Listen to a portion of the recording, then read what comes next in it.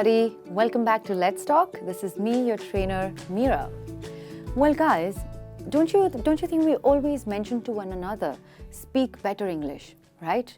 Well, today what I've got for you is tips and tricks in a way to improve your English writing skills.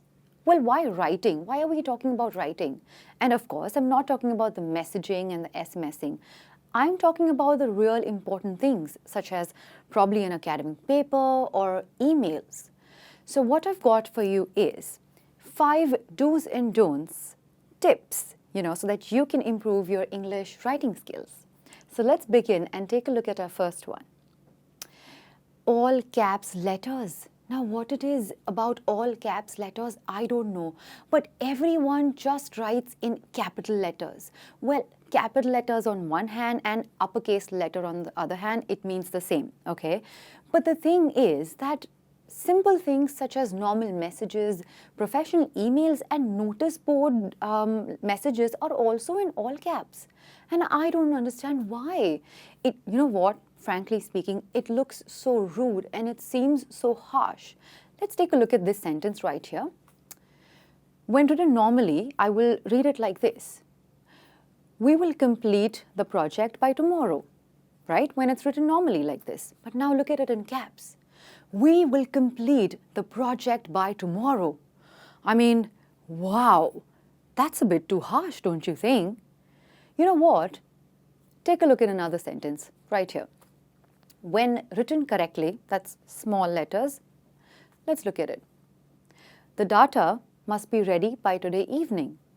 That's fine, seems normal. Now look at it in all capital letters. The data must be ready by today evening. Oh my God, that's how it looks like. And that is how you end up reading it when you write everything in all caps. I understand that you want attention, you want people to focus. But you know what? Like I said, it's just a very, very harsh approach when you write in all caps. Now, only when you're really, really upset about something or you're angry at someone, then go ahead, use all caps. Oh, having said that, your email subject, that can be in all caps, that's fine, but not the email content. Do you know what I mean? The next point that I'm going to approach to is have great highlighting techniques.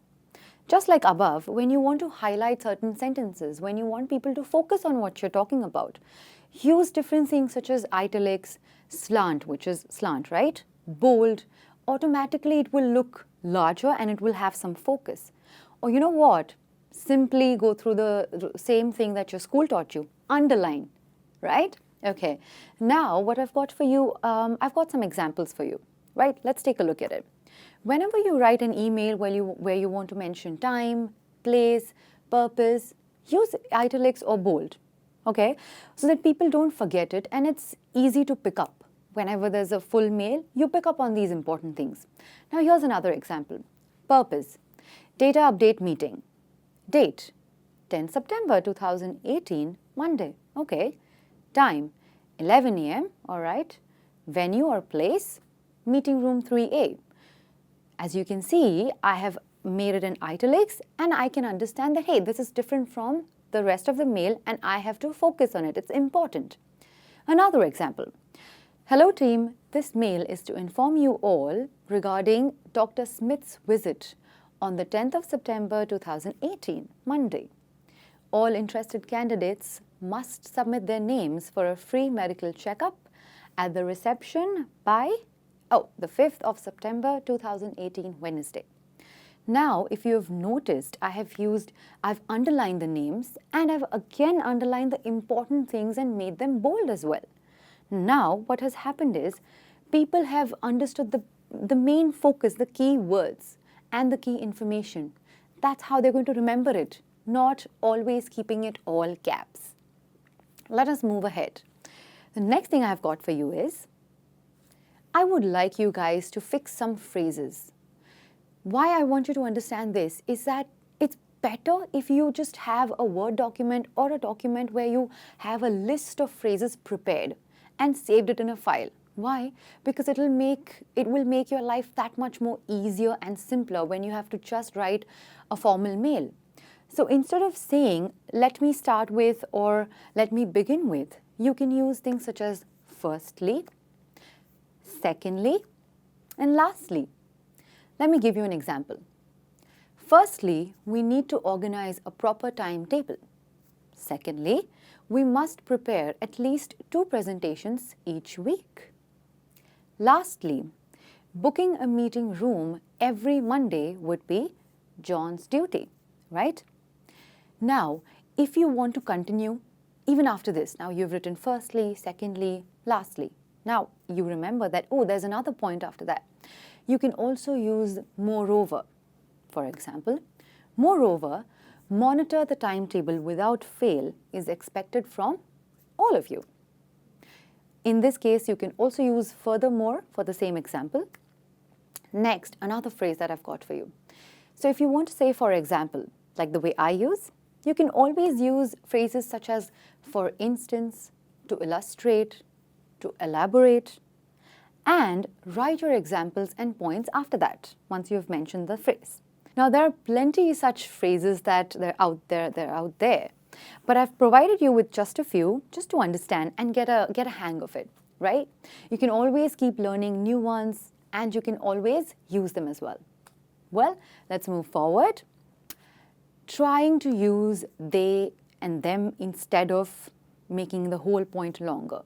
Now, this particular point I've chosen is because I've seen many emails where they write him/her or his/her.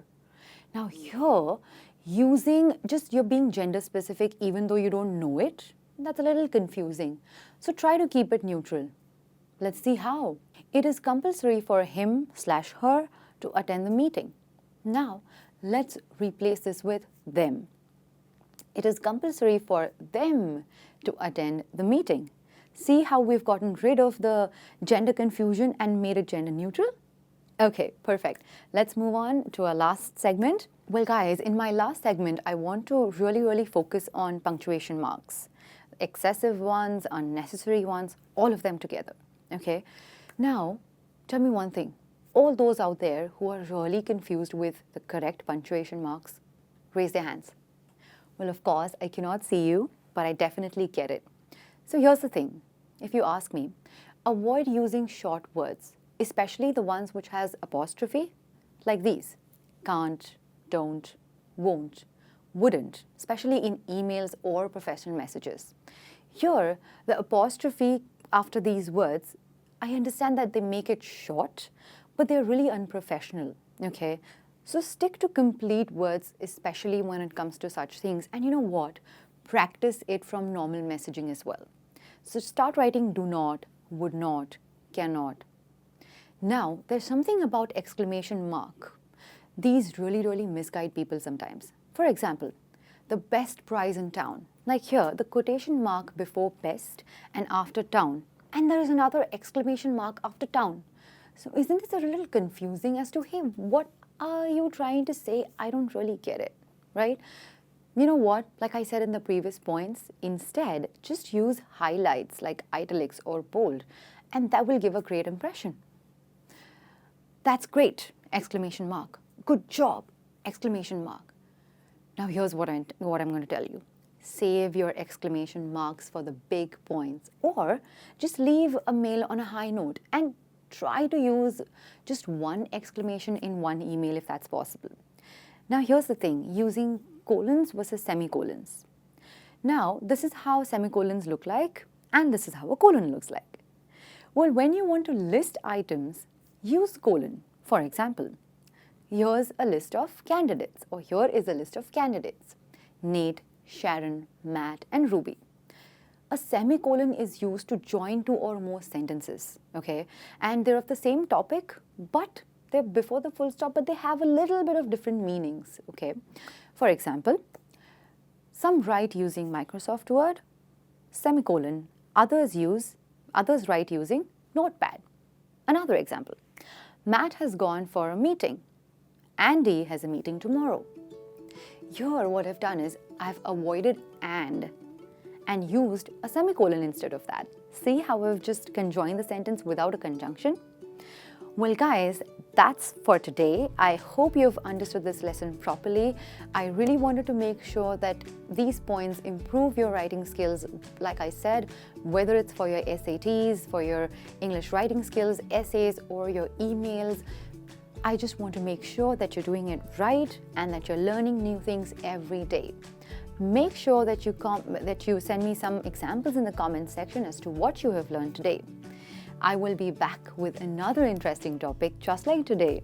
Until then, make sure that you're practicing, you keep smiling, spread a lot of love, guys.